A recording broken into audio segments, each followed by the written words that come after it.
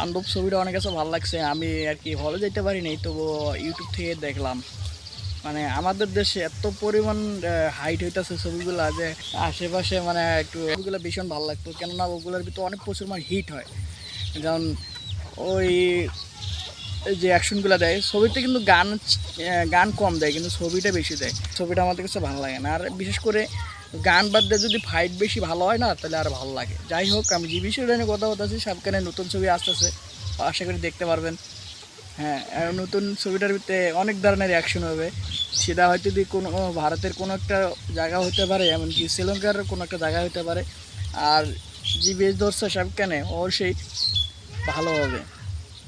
আর তার যে রূপগুলো অনেক, কিন্তু অনেক ক্যারেক্টার নেই, অনেক ভালো বানায়।